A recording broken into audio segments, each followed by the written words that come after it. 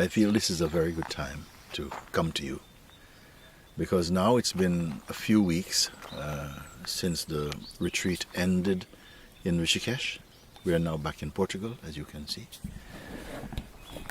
And as is typical around this kind of time, after retreats, after intense periods of introspection and spiritual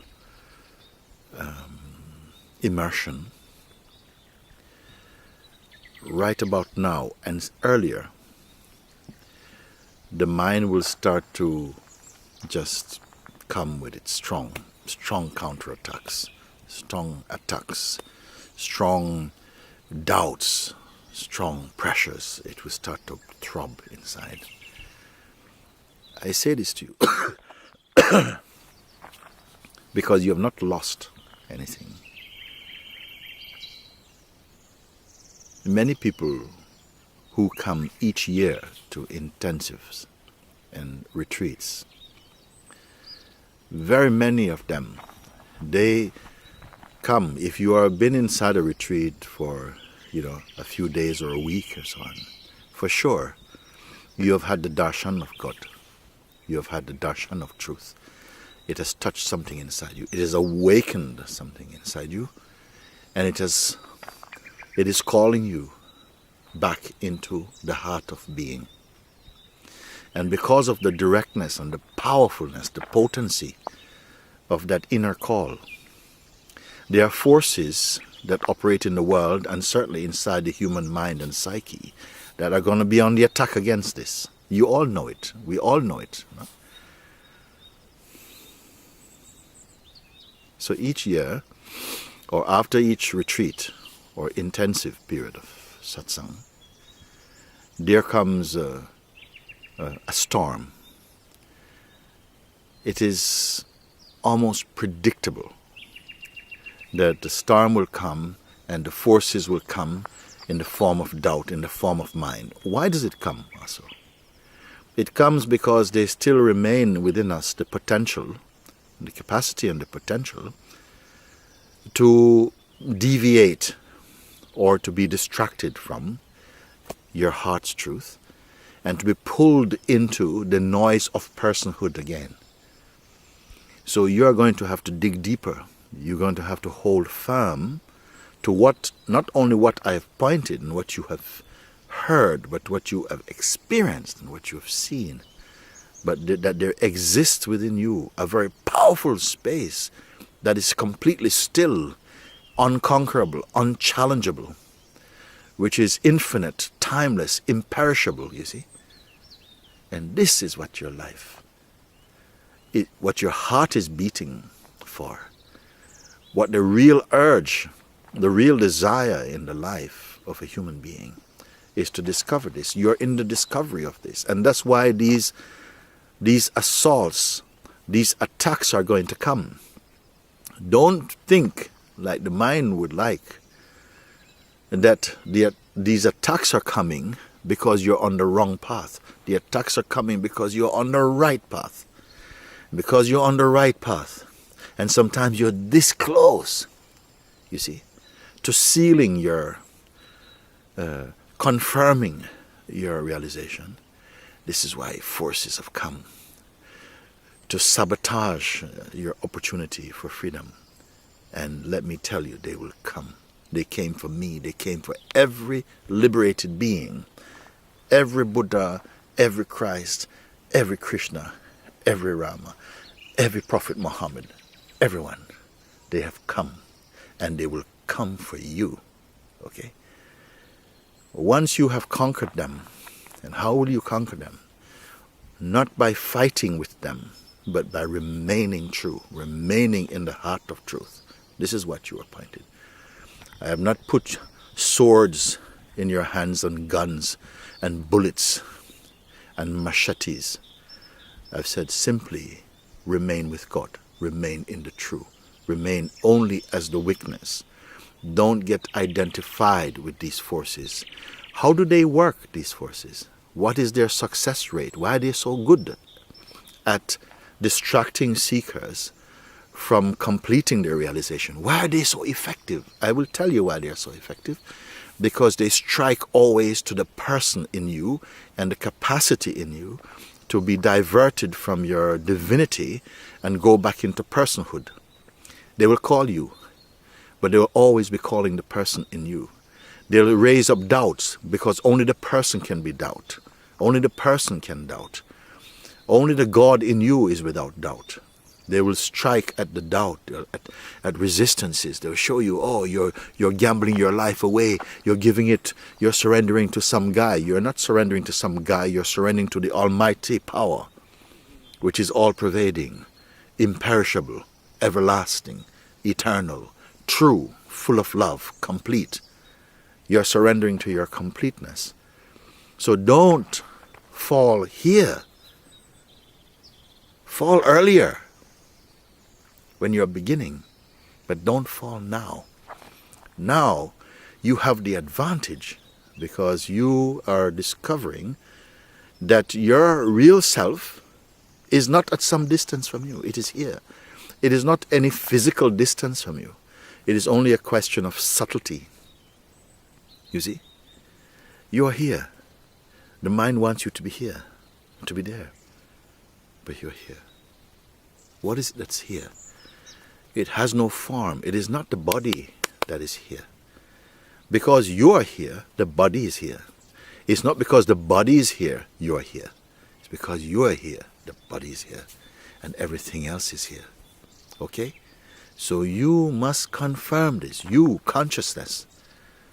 Consciousness in its dynamic expression as the pure presence or the sense I am. Watch this feeling I am in you. Don't give it to the mind because the mind will convert it into a person. It is not a person. It is the presence of God. And if you hold to this, what you have seen, not a teaching, I'm not teaching you and learn, I'm pointing you so you discover. And when you discover, you will see for yourself that no force on earth or in heaven can move you because you're not an object to be moved. In order to be swayed or to be distracted, you have to become something that is distractible. You have to be the mind. You have to be a form. You have to identify. But you are that which watches identification and the tendency to identify. You're behind all of this. But nobody can find you here because you are not the form. And yet you are not dead. You are the source of life itself. You're watching life. But also you get the sense and the experience of participating in life, and at the same time you are life, and at the same time you are the witness of life. You see, these are not things you have to do. Forget about doing anything. Rest only as the self, the purest place where observing of the world, including this body, and the conditioning and the programming that is operating and functioning in this body, that they are also perceived from a space behind, you can say behind, and that space is the space of the self. So I am telling you again, all of you who participated in Rishikesh or in any other retreat, with me or anyone who is on a genuine search for the truth, please pay attention to this. Play this video over and over again. You see, saturate your heart with it, your mind with it. Swallow it, eat it, digest it, assimilate it. Be free in it, because it is only here to serve your freedom. Your mind has been with you for a very long time. It doesn't want to part company, and it need not part company. It has to be purified. It has to become natural mind again. It is very unnatural mind at the moment. It is too personal. And because of the tendency and habit to be personal, the impersonal comes into suffering. And that's what many of you are experiencing. And I don't want to see any of you fall, because if you fall down, if you deviate now, it's going to be more difficult to come back on the path. This is a path that is not a path of miles or kilometers here. It's a path of subtlety, of understanding, of surrender, of insight. And everything is now. You see, like this. Okay? So please be reassured. Please be encouraged. Please be empowered by what I'm pointing you to. Because I'm not telling you go over there and do. I'm saying stay right here, here, here. Let the body go. But you are always here. Stay here. Be present. Be the stillness in the storms of the mind. And it will pass, as all things born of time and shape passes. If you follow me, you will discover you are that everlasting one that never passes. You never pass. You witness the sense of time. The play of time is nothing for you. But time says everything that you perceive through your mind and the senses passes. Everything belongs to me. I eat them. Everything. And I will eat you if you don't find your true nature. I will consume you. I am a cancer that will consume you from inside. But you find this truth that I'm pointing to. You don't have to go to the library or even the temple. There's a temple here. Sit inside the cave or the temple of your own heart, in the place that I've pointed you to. And if you're new to this and you're watching this video, go and watch some of Rishikesh. Go and watch any of the videos, because they are all pointing you to the same place, in you. So you stay here. Stay here. For the love of truth, for the love of God, for the love of life, for the love of self. You must defeat this stupid enemy, in fact. Stupid enemy. You see, because it only derives its strength from your belief and your identity and distraction and interest. So, remain as you are. And at every opportunity, come and follow the satsangs. Don't think because you're watching on a screen, I don't have enough power. No. It is there through the screen. The consciousness is working through the screen also. It is encouraging the heart. Don't be distracted by the mind. Stay as you are. Okay? So, all power to you. The full blessing of the Holy Spirit of truth. Firm you up. And make its presence known in you. And this will somehow, the mind has to, your psychological personal mind has to become afraid of you. You see?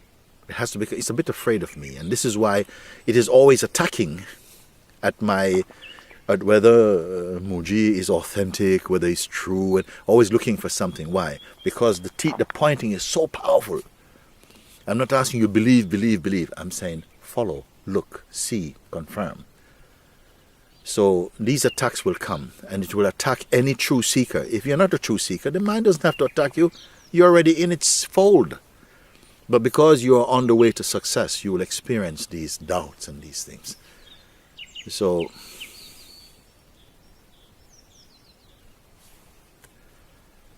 all power to you, all grace to you, all love to you.